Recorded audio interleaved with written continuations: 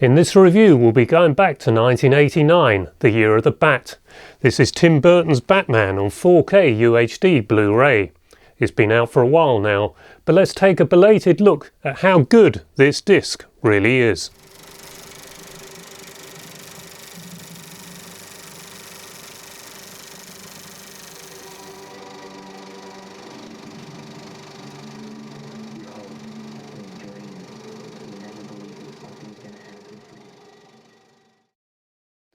It can't have been a coincidence that Superman the movie was a major success in 1978, and then the film rights for Batman were snapped up in 1979.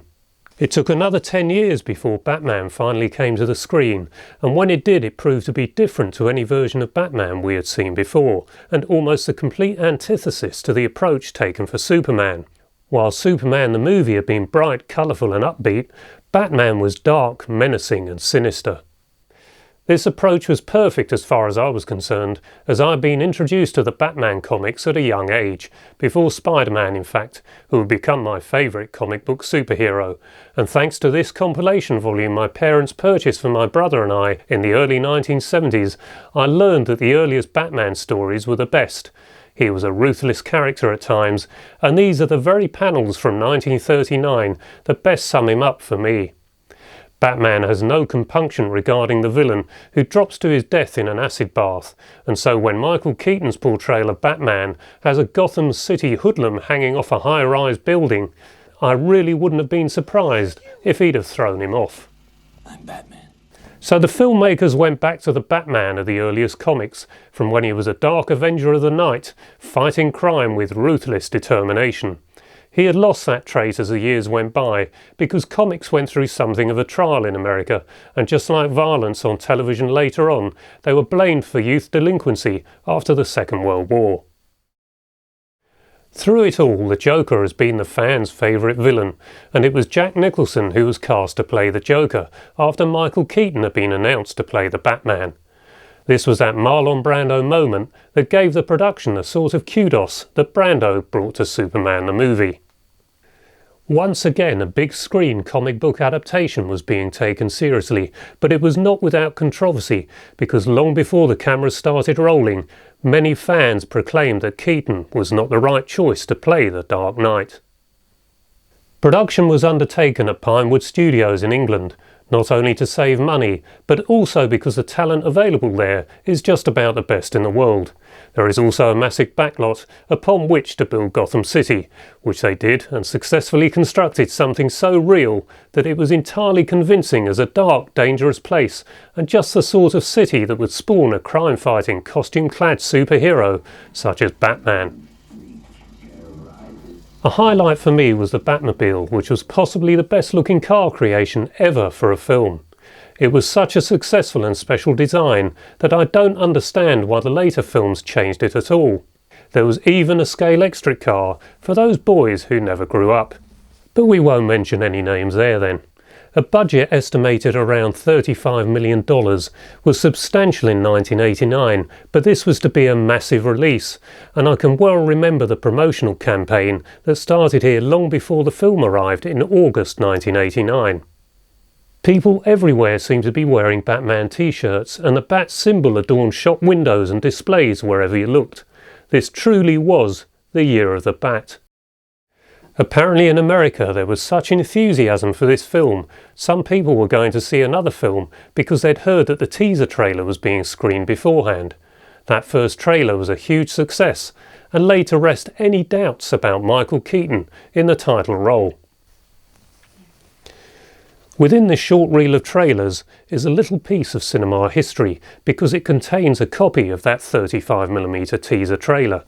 I couldn't believe it when I was at a film dealer's open day many years ago, and I finally looked into this small box of 35mm trailers that many people had routed through before me. There among a few other gems was a label on a small roll of film proclaiming Batman 1989 teaser trailer for the princely sum of £2. Well, that obviously didn't stay in there any longer. So while a trailer by its very nature cannot ever be struck from original camera elements, it is still a nice souvenir to have of this fabulous film. It is significantly different to the theatrical trailer, and does not contain any of Danny Elfman's magical score, but it's a great trailer and did much to guarantee the success of the completed film upon release, which grossed over $400 million at the worldwide box office. And because of where I picked up this 35mm trailer, it's likely that this very copy was what was used as the master material for the Super 8 copy that was issued on a short trailer reel, which also included the James Bond trailers for License to Kill. Whatever, it's a special but small part of my film collection. The sound on this disc gives the option of Dolby Digital 5.1 or Dolby Atmos. Given that there were 70mm blow-up prints with 6-track magnetic sound originally, either multi-channel sound format was probably a relatively easy process. The screen ratio is 1:85:1, but my recollection of seeing a 35mm print is of 1:66:1, but it was a long time ago now. As 70mm is 2.2:1, I presume they put black bars down the side to retain the original 1:85:1 format. Being as this film originated on 35mm and much of it was shot on dark sets, you will see film grain if you look for it. It looks perfectly natural on my system, but if you don't like the look of film, then you are unlikely to like the look of Batman. To me, visible film grain is similar to the brushstrokes of a great work of art, and so I tend to like to know it's there, even if it is rarely obvious, on either of my systems. Another point to note is that there are some well-known continuity problems, but we should bear in mind that sometimes compromises have to be made when editing a film together. Other than that, I'm told some replacement sound effects were added, but I don't remember the film well enough to be able to pick them out. There are many extra features included on the Blu-ray disc, which itself is very good image quality. It's just not as good as the 4K, with HDR making a substantial perceptible difference again. The colour on the 4K is exceptional in places, and it also has very good contrast, which is essential in such a dark film. I very much enjoyed revisiting Batman, a film that I've never enjoyed so much previously. Jack Nicholson portrays the Joker perfectly with a flawless blend of homicidal maniac and hilarity. And Michael Keaton is to Batman almost what Christopher Reeve was to Superman.